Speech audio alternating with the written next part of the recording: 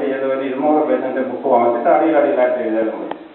അപ്പൊ നമുക്ക് കിട്ടുന്ന വിവരങ്ങളെ, പത്രങ്ങൾ വായിക്കുന്നതിലെ പത്രങ്ങളിലെ പ്രധാന വാർത്തകളെ, ലോകത്ത് നടക്കുന്ന സംഭവങ്ങളെ, അതുപോലെ ക്ലാസ്സുകളെ, അതുപോലെ അറിഞ്ഞിരിക്കേണ്ട സംഗതികളെല്ലാം അതിൽ നോട്ട് ചെയ്ത് വെക്കണം.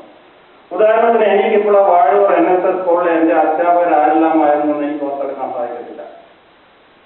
പക്ഷെ നിങ്ങളെ ക്ലാസ്സിൽ ആദ്യം വരുമ്പോൾ നിങ്ങളുടെ അധ്യാപകരാരെന്ന് പറഞ്ഞാൽ എത്ര കൊല്ലം കഴിഞ്ഞു കഴിഞ്ഞാൽ നിങ്ങൾക്ക് അവരെല്ലാം കഴിയുള്ളൂ, ഇല്ലേ?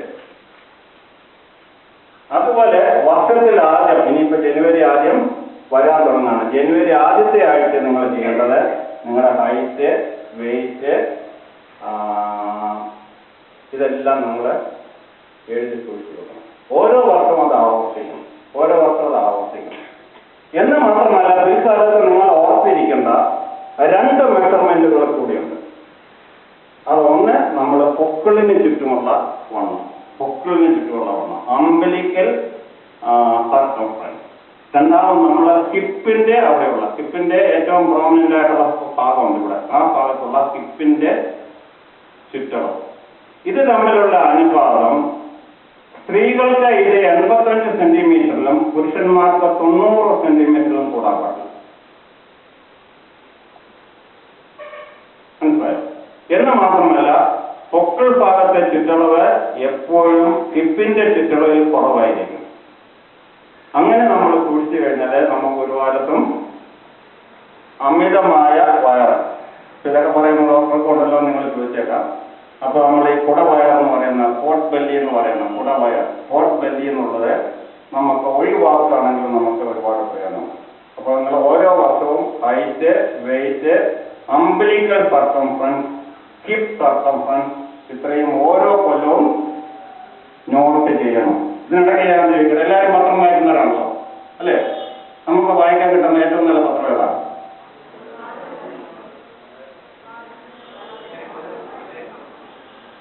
അഭിപ്രായ വ്യത്യാസമുള്ള ആരെങ്കിലും ഉണ്ടോ? ഇവര് പറഞ്ഞ മാതൃഭൂമി, മനോരമയൊന്നും അല്ല ഏറ്റവും നല്ല പത്രം.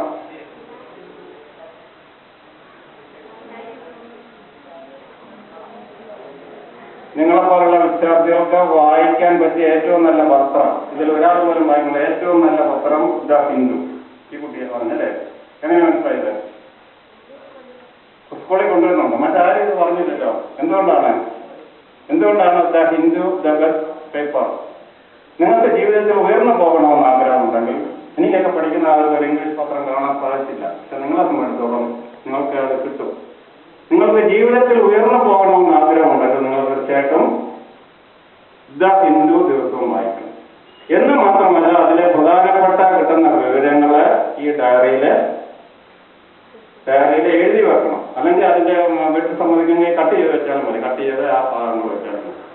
ഇത് നിങ്ങൾക്ക് എനിക്ക് തോന്നുന്ന ജീവിതത്തിൽ ഇതുവരെ ആരും പറഞ്ഞു തന്നിട്ടില്ല. എനിക്ക് നിങ്ങളോട് പറയാനുള്ളത്, നിങ്ങൾക്ക് ജീവിതത്തിൽ ഉയരണമെന്നുണ്ടെങ്കിൽ കഴിയുന്ന ദിവസങ്ങൾ നിങ്ങൾ ഹിന്ദു വായിക്കുകയും അതിലെ പ്രധാന വാർത്തകൾ നിങ്ങളെ നോട്ട് ചെയ്ത് വെക്കുകയും. അല്ല, മറ്റൊന്നും കൂടി എല്ലാവരും ചാനലുകൾ കാണാറുണ്ടല്ലോ അല്ലേ? നിങ്ങൾ കാണാൻ പറ്റിയ ഏറ്റവും നല്ല ചാനലുകൾ ഏതൊക്കെയാണ്? അതെ, ഇതെല്ലാം ഇങ്ങനെ പറയല്ലോ, അതിന് എനിക്ക് കേൾക്കാൻ ഒക്കത്തില്ല. ആരെങ്കിലും കൈ പൊക്കിക്കാൻ ചോദിക്കാം, ഏതാണ് ഏറ്റവും നല്ല ചാനൽ? നിങ്ങളെ സ്കൂളിൽ കിട്ടുന്ന വിവരങ്ങളനുസരിച്ച് അത് ശരിയായിരിക്കും. പക്ഷെ നമുക്ക് ജീവിതത്തിൽ ഉയർന്നു പോകണമെങ്കിൽ, പണ്ട് കാലത്ത് ഞാനൊക്കെ പഠിക്കുന്ന കാലത്ത് ഞാൻ